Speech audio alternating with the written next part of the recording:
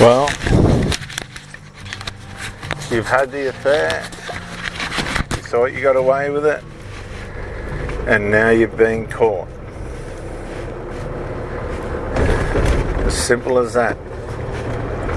You have no excuse, you have no reason or rhyme.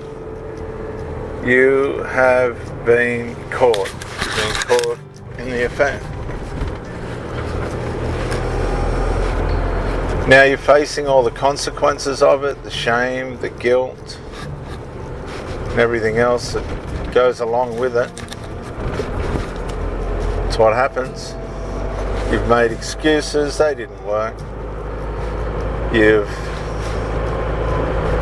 tried to blame the other person, that never works. You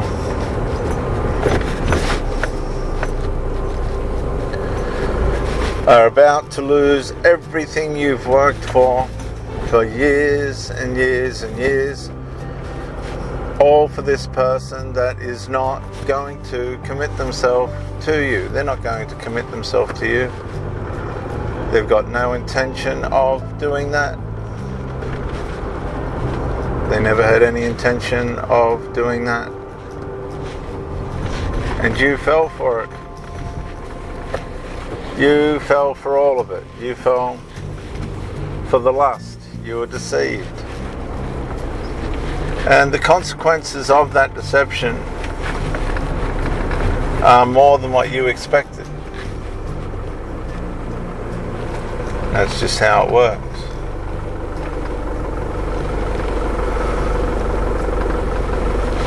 Deception leads you to the doorway, opens the door for you, takes you into the darkness and slams and locks the door behind you. It's very hard to find your way out.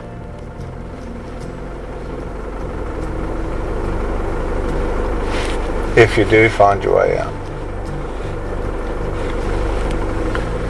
That's what deception does.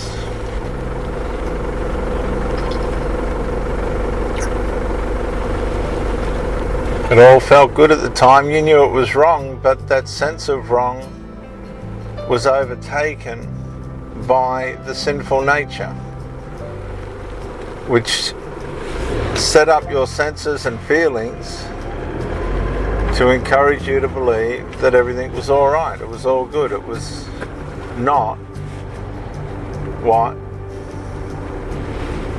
was not as bad as what you sensed it to be. But the fact of the matter was, it was that bad, and you were deceived. Now your wife or your husband won't see you.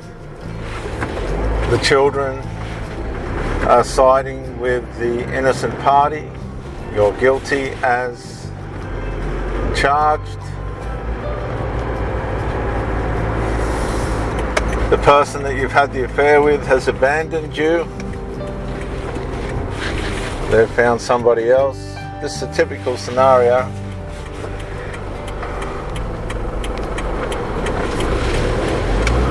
And you have no one to turn to. You've ashamed yourself in front of family, friends, and others that are closest to you. There's always the rescuer who will convince you that everything's all right, it wasn't all that bad, and try and numb out your responsibilities.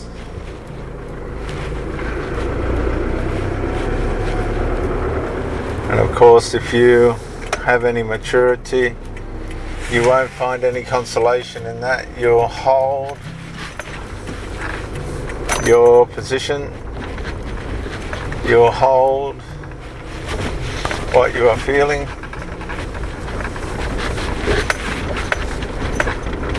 And you will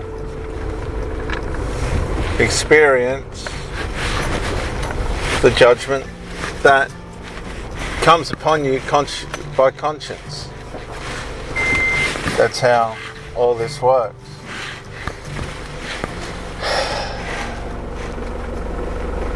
It's relentless, it's horrible, it's painful, and it hurts.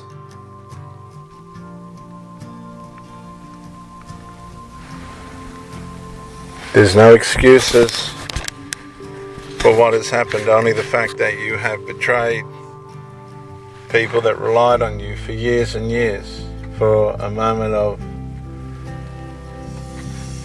irrationality, for a decision that was never going to be to your benefit or for your benefit. Yet it felt so good. It seemed right at the time. You got all the... And as a matter of fact, you sold out. You were going to give everything up, either way, for this new relationship. That's what you intended to do. You're not going to admit that to anybody, but that's what you intended to do.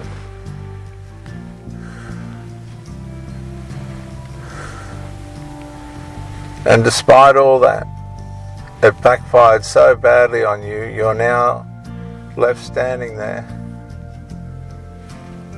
looking the fool, an absolute fool, not just part fool, a complete and utter absolute fool.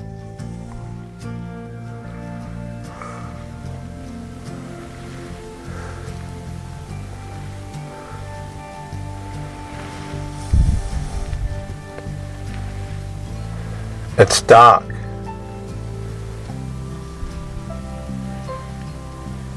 You're alone. You're angry. You're angry because you've let yourself down and everybody else down, but more so, you're angry with this person who deceived you into believing that you had a future with them. There was never going to be a future with them. It was never going to be that way. And that's how lust deceives. That's how lust turns around and gets us.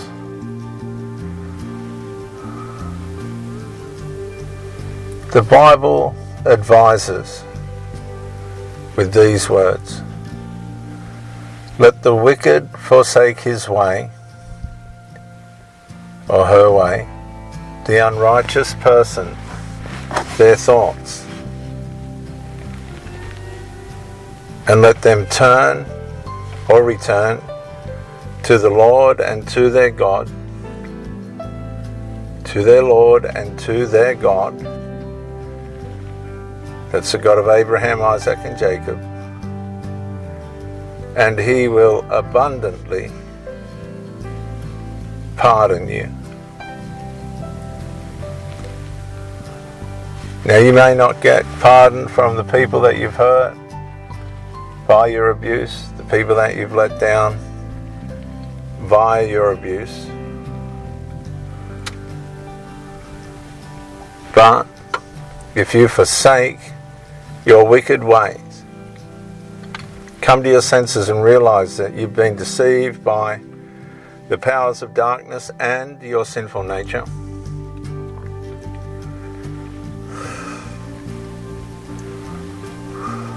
that you will return to what's right and make the effort to stay that way and try not to be deceived again. Come to the Lord Jesus Christ and stand at the foot of the cross and say, Lord, I believe that you died on the cross for my sins. He will, that's his promise, he will abundantly and completely pardon you.